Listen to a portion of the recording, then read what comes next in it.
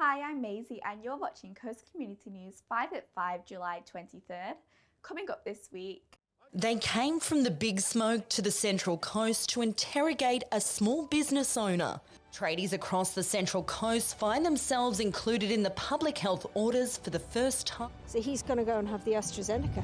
But as far as Pfizer goes, there's none out there.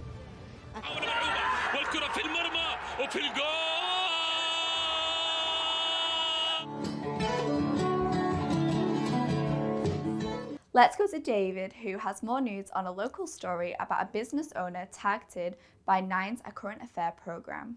Yes, significant community backlash followed from this week's A Current Affairs story on the Wyoming gym owner after he allegedly broke COVID-related public health orders. Here's Sky Hull's report.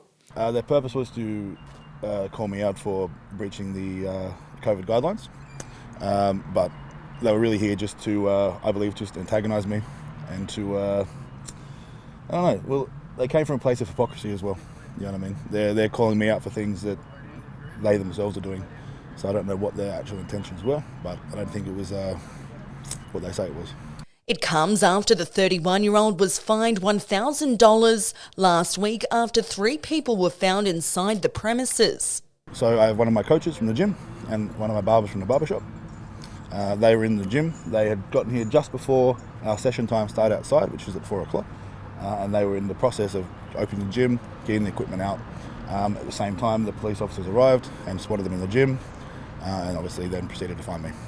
But Reece questions ACA's double standards. The line of questioning was, what gives you the right to keep your gym open? And to me, that's him coming to me as someone's... I don't believe his job is essential to come here and hassle me, and he's telling me my job's not essential. Why does he have the right to earn money and I don't? For the full report, go to our socials and website where you can see the entire episode.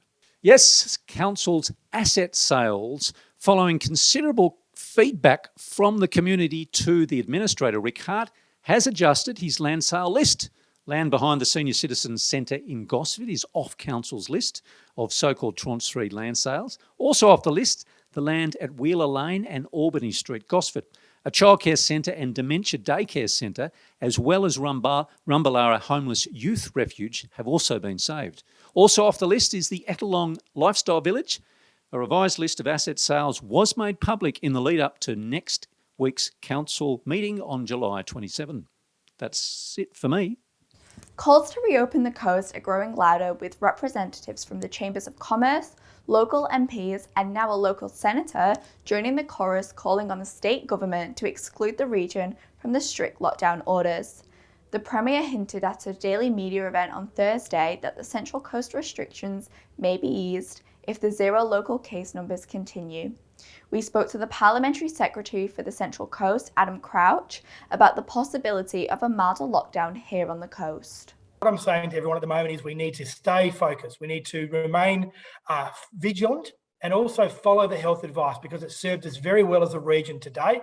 Obviously, if we're able to obviously have no cases on the Central Coast and the situation is considered safe enough, and I will always be guided by the health advice, as is the Premier, then obviously there's a chance that we could look at coming out of lockdown next week, which is what the Premier has flagged. Pressure is mounting to increase local vaccination rates, and despite the desire by many, it appears difficult to secure appointments for the preferred Pfizer vaccine for anyone under 60. State Government MP Adam Crouch said the hospitals could easily ramp up vaccination rates, although they don't have the supply. It's a federal responsibility. It comes under federal jurisdiction, Dave. So the responsibility for all vaccine supply and rollout is under the federal jurisdiction. And that would be a question you obviously, with regards to supply, you'd be best talking to the federal member about. The federal government keeps saying the vaccines are coming, but when are they coming and to where? We spoke to federal member for Robertson, Lucy Wicks, who spoke about a new influx of Pfizer to the coast and what this will mean for our route out of lockdown.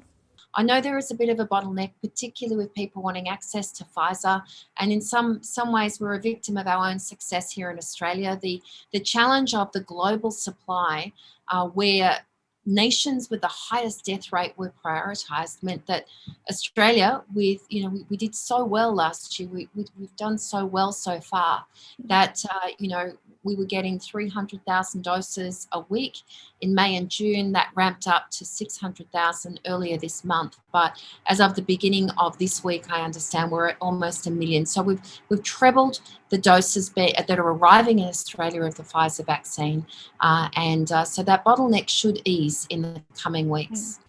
The much delayed and very anticipated Tokyo 2020 Olympics have kicked off today, with athletes from across the coast representing Australia, hoping to come back with those sweet, sweet gold medals. Our first hero came from Wamberal's wizard, Lockie Wales, who scored the first goal against Argentina in the Olympic football playoffs. Other coasties representing Australia include field hockey player Matt Dawson, paracanoeist Dylan Littlehales, both returning after making their debut in Rio, and Australian high jump record holder Nicola McDermott, along with Matilda's players Ellie Carpenter and Kaya Simon, who are all making their Olympic debut. Now to weather, where it will be cool with a slight chance of rain predicted. On the coast, Saturday will be 18 with a low of 9, and there will be a 20% chance of showers. On Sunday, the max will be 15 with a low of 8. Again, there is a 20% chance of rain in the morning, and gusty winds are also expected. Up on the mountain, it'll be slightly cooler with a top of 15 on Saturday and a low of 7. And on Sunday, the top will be a brisk 12 degrees with a low of just 6.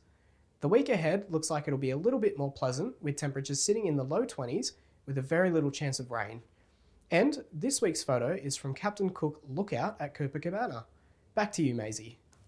Thanks, Harry. All of these stories and thousands more can be found on our website or in this week's Coast Community News, Coast Community Chronicle, and the Pelican Post. Remember to subscribe to all of our socials for updates throughout the week, and keep an eye out for Sky Hull's daily video updates online and across our social media pages. We leave you this week with vision of a new movement started by local mum Amy called Dancing in My Lounge Room, as this is the only place we are legally allowed to dance. We hope you have a safe weekend, and we'll see you next week. Bye bye.